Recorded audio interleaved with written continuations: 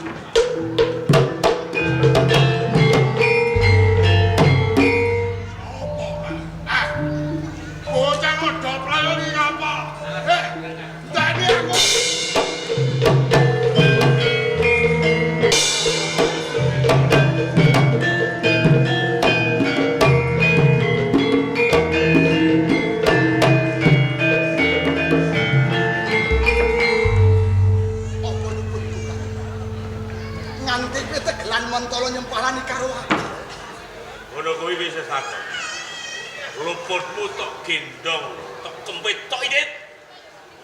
Jane kowe ya bagus. Nanging bagus. Tok golek kalodhangan wektu. Kowe arep nrudo paripeksa bocah wadon ketan padha. Kok kurang elo babar bisa.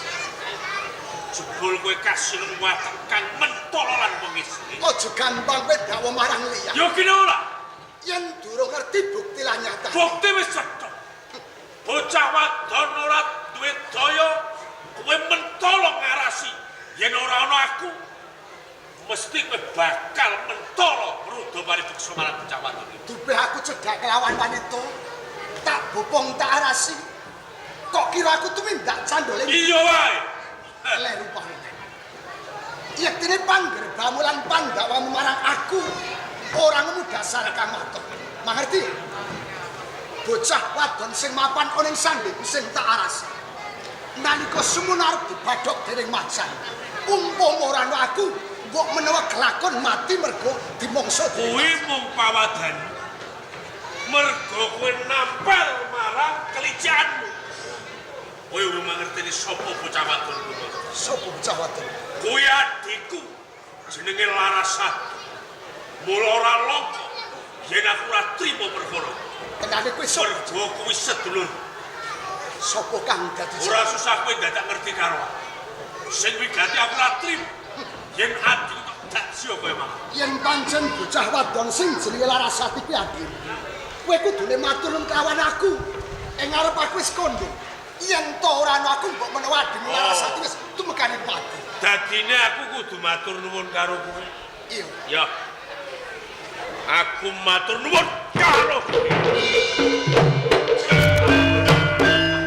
Yen kaya ana kowe menungso sing ora kena digawe bersih. Tiba kok ben kowe sing ora kena digawe bersih. Monggo aku tumindak sing sameh dene.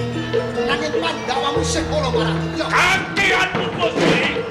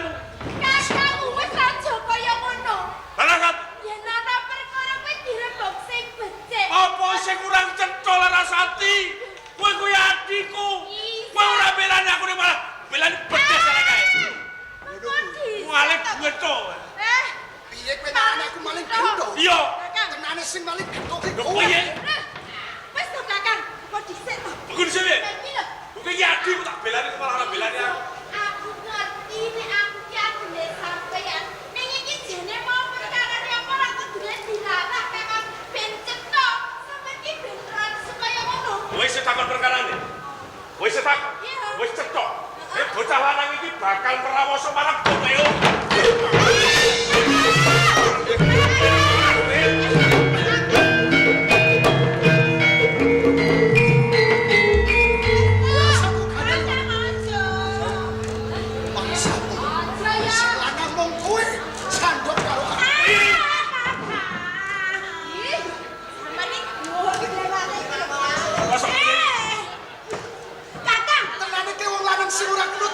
Saya ora kono dhewe kowe. Aku wis tetulung nanging panggawane Allah marang aku. Jadi perkarane apa to, Kakang? Perkarane bocah wadon sing jenenge Larasati. Umpama ora aku dibadhok dening macan, nanging sedulur atrimo, aku digawe entuk arep Kuwi mau kawatanmu wis culika. Wis culika.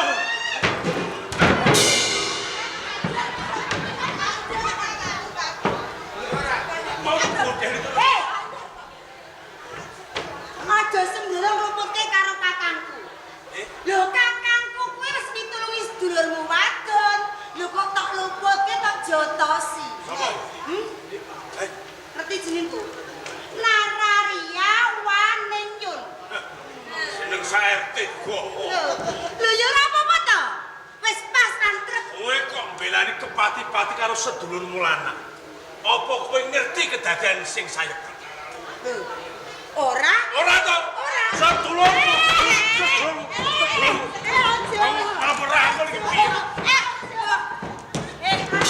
Kowe kok malah merangkul kene. Sampe iki dirangkul ya seneng ya. Seneng apa sing seneng dene? Piye? Aku seneng kowe. Iya lho. Iya. Kakang, Lah kok ngono kuwi? apa? Wis sabelo karo aku kok malah tiba dheweke iya. Iya. Kakang. Apa? Aku ora ido.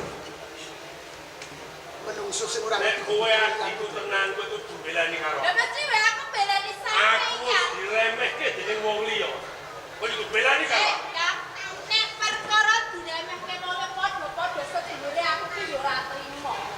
Perkara iki rak durung cetok. Umpama to kakangku ndak wis sedulurmu luput kuwi wis pas. Mergo kakangku ku ora mati sejati. Bener. Nek kudune yo aja nesu kaya ngono. Aja ngono-ngono jenenge sedulur wadon.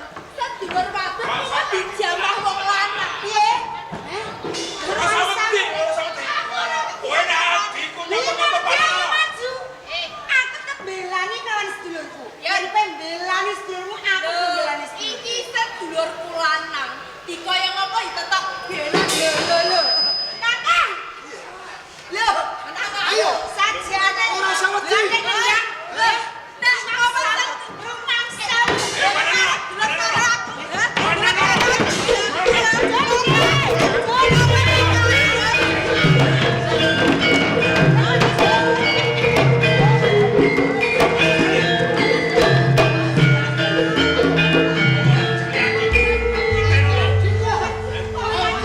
Mangsa mati wis sabelo karo kowe. Larasati kowe. Ngawur ae. Seneng kowe nyekel kakangku, tok rangkul kenceng. Piye? Aku seneng rangkul kakangmu. Padha wae. Alah. Kader bokongku. Aku badhe ya. Sampeyan Apa? kudu gelut iki apa, ha? Iku lho bos arahe. Ini iki. Kowe barang aku kok malah bilang bathokku. Kok film iki pripun? Padha pati iki ana perkara. Perkarane bocah lanang iki. Masalah mae apa? Masalah. Masalahe apa? Lha iya kowe kok malah takon aku ki kepiye? Lho kakang. Sampeyan iki dibenerke kok. Lan iku kleru. Klerune nggondi? Mau lho salah mae. Lha iya masalah Perkarane. Salah. Perkarane dununge teng Sulastri, Larasati. Ya pecik. Kalau bisa ngono lho. digawake. Putu sampean iki aja dirudo paripeksa kalih Kanomane. Larasati. Nggih. Aku lek kok. Apa? Begini watu. Jurus. Ngetokke jurus kakang. Kowe kok wani sembarangan karo karo putuku Larasati. Mangke rumiyin to, Bapak. Ya tak siap apa piye? Mangke rumiyin. Kurang ajar. Menawi kula klebat, kajiak kajata sak kula manut. Kula trima nanging perkara niki dereng cetha. Lho ngene iki ora cethok. Wong kowe wani ganggu gawe karo putuku. Klintu. Pandhawane sedulur iku klintu kalih kula. Aku ngerti dhewe kendawo. Aku sumur karo mripatku dhewe kok. Kula menika mboten tumindak ingkang sawiyah-wiyah kalian Larasati. Nanging kula tetulung Larasati menawi mboten wonten kula tertamtu sampun dumikining pejah. Dadi kowe sing nulungi putuku. Nggih. Sorry lho, Bro. Nulungi aku kok. Nulungi ngono kok. Nulungi aku ngono kok, Kang. Tenan piye? Iya. Kamu kok dirangkul diarasi? Sik Kakang. Eling ora? Saiki aku kelingan. Eling. Kang. Iya. Ya piye? Mau aku pirak dioyak-oyak macan. Aku ki arep dimongso, Kang. Arep batuk Terus, macan. nggih, Bapak. Terus enten dugine pawongan iku. Nom-noman kuwi, Kakang. Tenan. Macane dihantem maji, macan mati. Aku terus ngaput mergo wedi. Aku kuwi digendong. Lho, ya aku digendong mergo arep ditulungi, mesake karo aku, Kakang. Ning tenan kowe ora digayang. Ora. Jujurne. Jujurne le. Kene kok bocah temen apik sing nulungi ora pamrih. Nek kowe ditulungi Sarjo. Gak cilaka malah kowe. Arjo. Ndi? Sarjane iku arep nanggap sesa ora iso. Lho, ya entek kan mesti Larasati. Bontot ora ndi sidane. Nggih, Bapak. Nganti diundur cek ora iso. Ini udah tiang kita ngaji. Hah? Ayo. Entuk ayu ya padha ae. So nek mutu ya. Nek nek wedok loro payu kabeh. Nggih, Larasati, Kakang. nek pancen tenan kedadiane kaya ngono, aku salah aku hukum. Saiki aku jaluk nang ngapura karo bocah lanang. Piye? Jaluk nang ngapura. Jaluk ning ngapura. Bisa no? Ih, ya ngono. Ya aja ngono to, kowe iki tresno karo aku apa ora? Aku ki tresno karo sampeyan. Ning sing luput kira ya sampeyan. Kudune sing jaluk ngapura ki sampean dhewe. Ya tembungke sik. Jaluk ngapura kok titip ya apa enek. Kangkon, maaf aku Oh, dadi isik. wakile Ngono sampeyan. kuwi jenenge urung mangsane luput nanging ora temekane ati. Bener, Kak? Wong kedaling lati arep njaluk ngapura latine ning Watak terane ora satrio. temen. Luput kudu njaluk ngapura. Sing luwih utama kuwi nek ana wong luput ngrumangsani salahe. Kudu jaluk ngapura. Nah, Kosok baline sing bener aja mojokake marang sing luput. Gelem menehi ngapura karo sing wis kedunan kuwi. Kejawi nek ngarep. Bon. Iya. Hei, Nek. ngapura. Lho ngaten mengko pripun? Lho cacane njaluk ngapura ngaten mengko pripun? ngono. Lho ngono kok jare tenan. Ora ngerti jenenge. Aku jare ngerti jenenge kok. Ya, sing modele kaya bae. Sorry ya, Bro. Ono. Gaul. Sapa kowe? Aku mah iso jemboko. Kali takon sapa? Ngene iki ya ora apik. Wis ora Suarane. becik nek ngene iki. Yon, kakangmu kae digandeng. Kakang, Apa? nek aku wong trimo nyedak ora gelem. Aja gelem. Aja gelem. Yen njaluk ngapura dudune carane. Kudune mara. Mara karo ndodok. Cocok. Gelem apa ora? Brangkang. Wis to, sampean Sapu luput.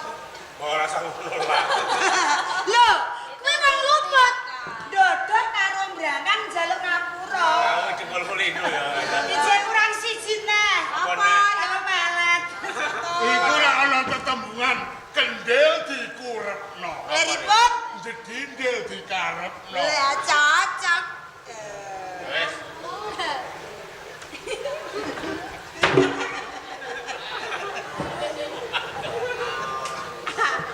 Masalah. Brangkang kan? Jengkol lino, jengkol lino. Kakangku lah. Brangkang. Jadi tenan. Sampeyan kan ngono kali putane. Ora bisa diambali bener. Ngapura tak aku. Ngapura Ngapura kok brida-bridi. Walah. Nganti aku teratabak. Jenengmu sapa, Le? Kula Maisa Cempaka. Lah kowe nduk. Kula Nararia Waningyun. Bocah ayu-ayu jenenge kok Noliyun. Ah, Bapak. Waningyun. Waningyun. Sapa mau? Nararia Waningyun.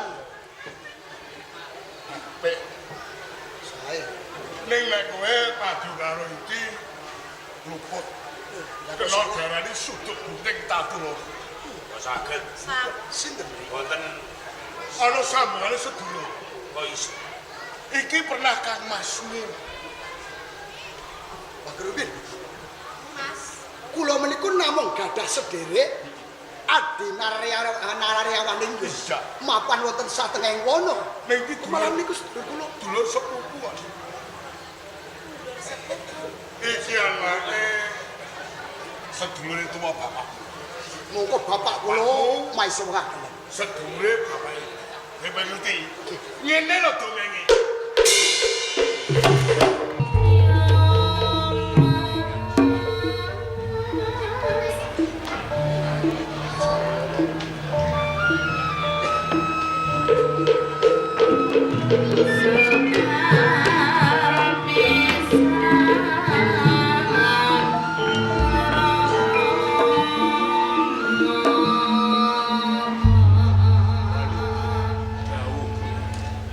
Ora tak timbali kuwi wani cecek. Ana keparenga abdi dalem kula badhe nyuwun dawuh. Kula tingali anginipun lenggan kok delek-delek ing perkara menika menapa pangeran.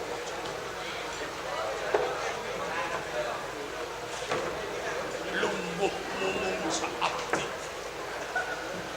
Nanging lantik panggerai tamu. Pratitis pandugamu. Iya. Bener. Nek kowe mau takon wonten menapa anggene pelenggang kok semenipun delek-delek. Waduh iki. Kowe aktif nasu. Nek kowe takon kan sarwane. Wis sawetara. Mun punggakas marang uripku. Awit ana ing kedaton Singosari. Kaya-kaya ana wahanan keng winabdita kuwat. Tumanduk lan Kang Mas Prabu Anusapati. Nggone peparing lawan para kadang emban koyon banci. Ing antaraning aku lan adikku bedane apa? Aku diparingi bumi kasatria. Maeswato lan liya-liyane iki uripe mawon. Nah, bedane apa? Lan apa sebabe? Nganti saiki aku durung bisa ngomong.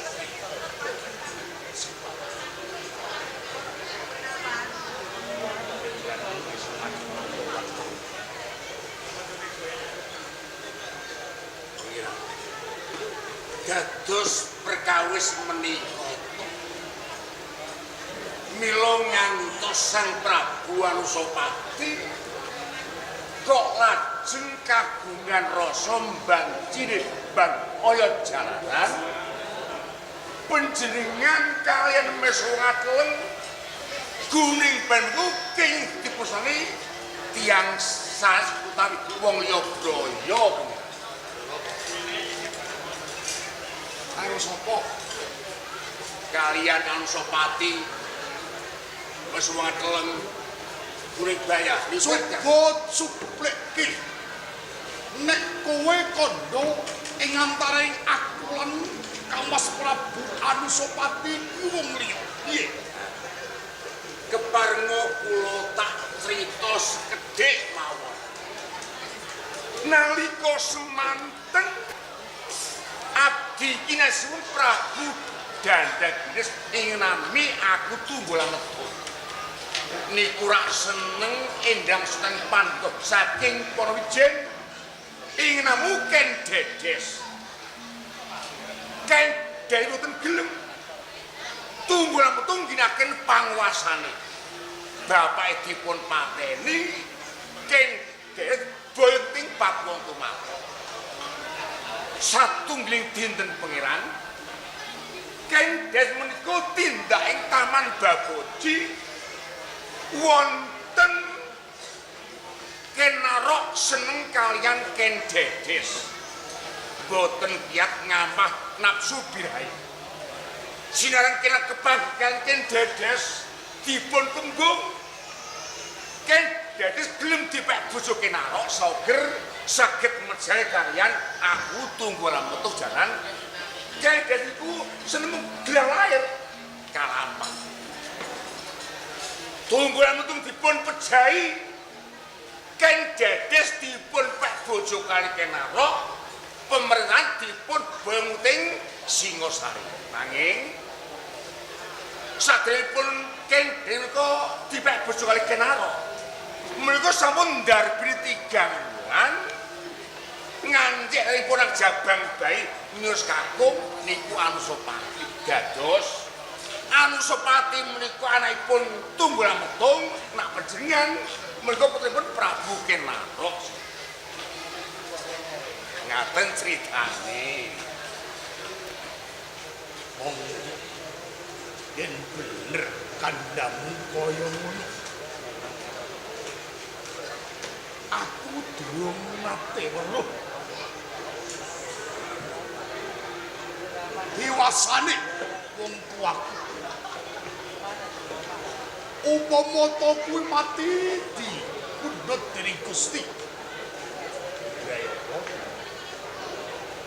upama ora. Piye? Kula ajrih pangeran. Kula ajrih ngogek menika kawit bekasipun pangeran. Kowe aja wedi. Kowe abdiku. Nggih. Kowe gelem buka wadi. Aku sakuh kaya ngene. Saestu nggih.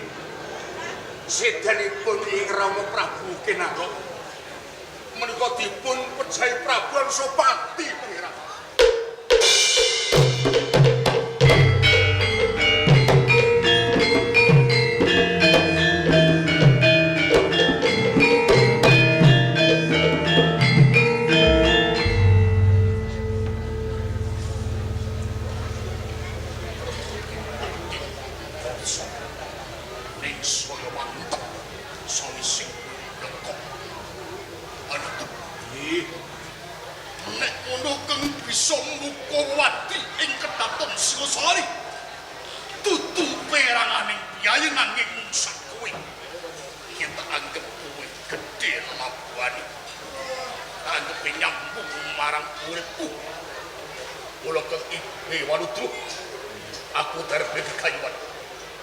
Besok lamun kasempatan kuwi bakal tak jak bukti bubareng. Matur nuwun nanging gandeng iki wadi. Ono kuwi bali menyang papanmu nyambut gawe kaya adat Nyuwun pamit nindakaken kewajiban pangeran.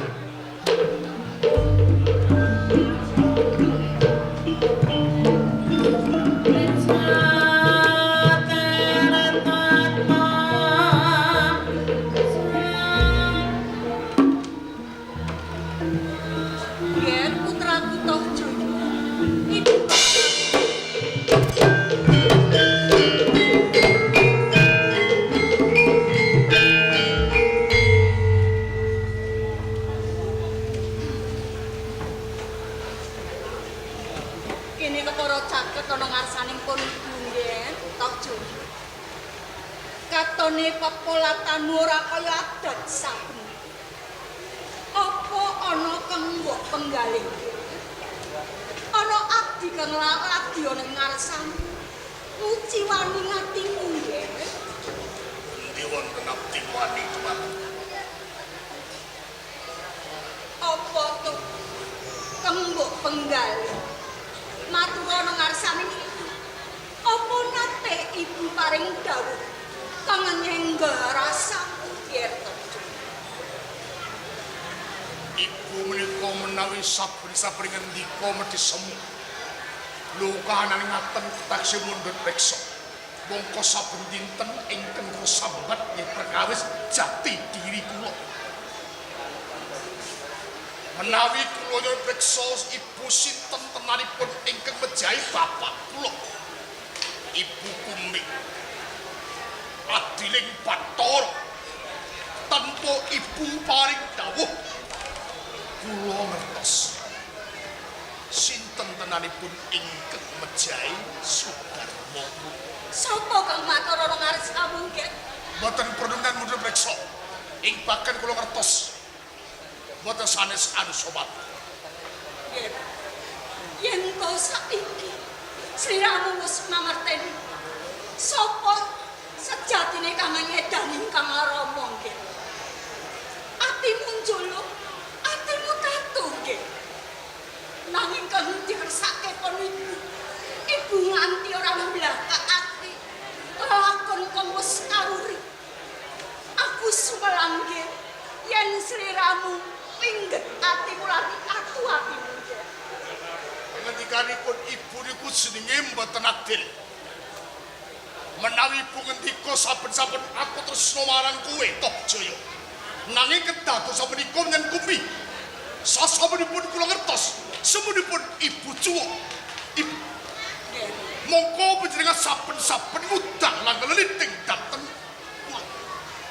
Kowe dilairke jagate sesawangan wujud lanang. Anak lanang kudu bisa mikul dhuwur mendem jero marang Sudarma. Lho menawi boten kedadosan ingkang sekaten Ibu Kumi.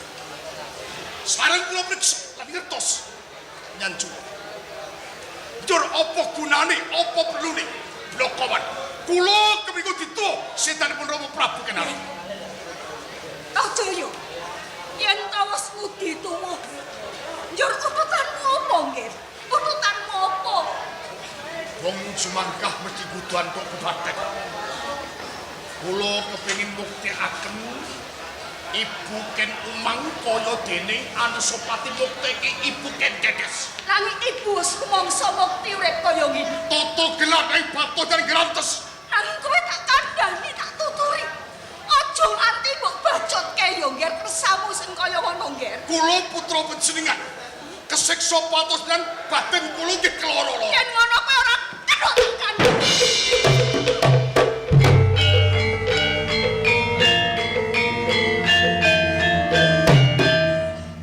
Iku nganti molo sliramu ngger. Kenapa-napa? Aja yo. Cetha menanya putra tresna dumateng. Iku tresno ngger, iku tresno. Lo menawi yang tresna kedapet yang kuyung.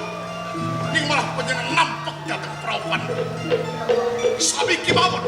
Nenting kentoro dan Rama Prabu Kenari.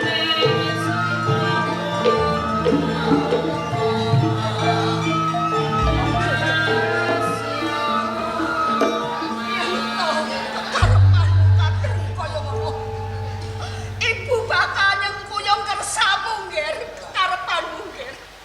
Ibu bakal nyengkuyung. Kejawi sabdanipun Bathara ing saged numusiran titahipun nggih panggantikan lan tugasipun ibu ing badhe saged nyembadani terima kasih Pak. Aku bakal dibadani. Ingkang menika Nggih.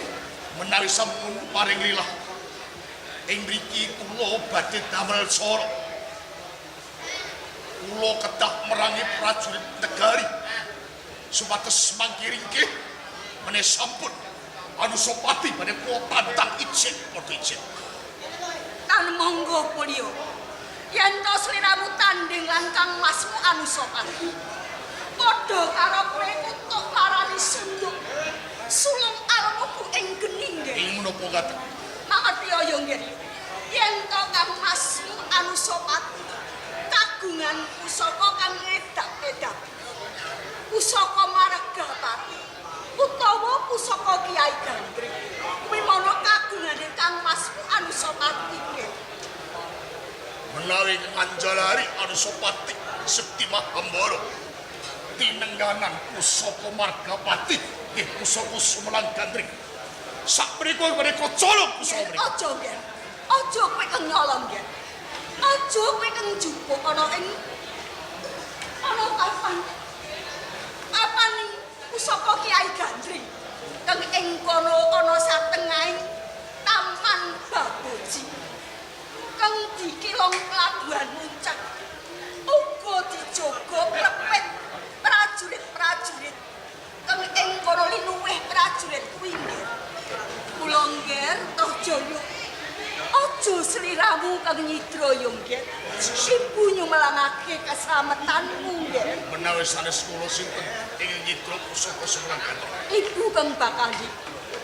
Menawi ngaten andum damel ibu mlebet wonten ing gedung pusaka kula badhe ngateni pangobaran wonten ing punjering negari. Ya kang prayata lan ngati-ati yo nggih yo. Kakang Maisora.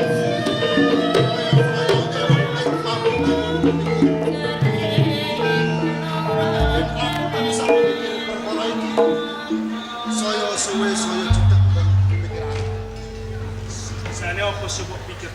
Apa kowe ora ngerti? Yo kabeh iki mau mergo saka watake si Walutu. Saben-saben dheweke cedhak lawan aku lan kowe. Isine mung tansah perintah lan perintah. Aku ngerti. Pancen wektu dina iki Walutru lagi cedhak karo Kanjeng Pratodjaya. Mula ora mokal. Yen dheweke wani semangkean lawan aku lan kowe, satemah wani ngumpulake sakabehing prajurit kasatriya. Jane aku yang gumun. Wong atase Walutru mung sak Demang bisa cedhak karo Kanjeng Pangeran Tohjaya. Saya wis wani ngongkonan perintah sampean karo aku supaya nglumpukke para prajurit ana ing kasatriyan dina iki. Jane mono aku bingung. Bingungku sepisan. Walutru iki jane duwe pamrih apa? Kaping pindhone wis wani congol sumongol merintah kowe lan aku supaya nglumpukke prajurit iki. Mula saka kowe tenane aku dhewe uga durung ngerti apa sing digarepke dening Walutru nganti dheweke wani perintah lawan aku lan kowe. Nganti sakutara resik. Mengko yen ana tekone si Walutru aku bakal takon berkowe.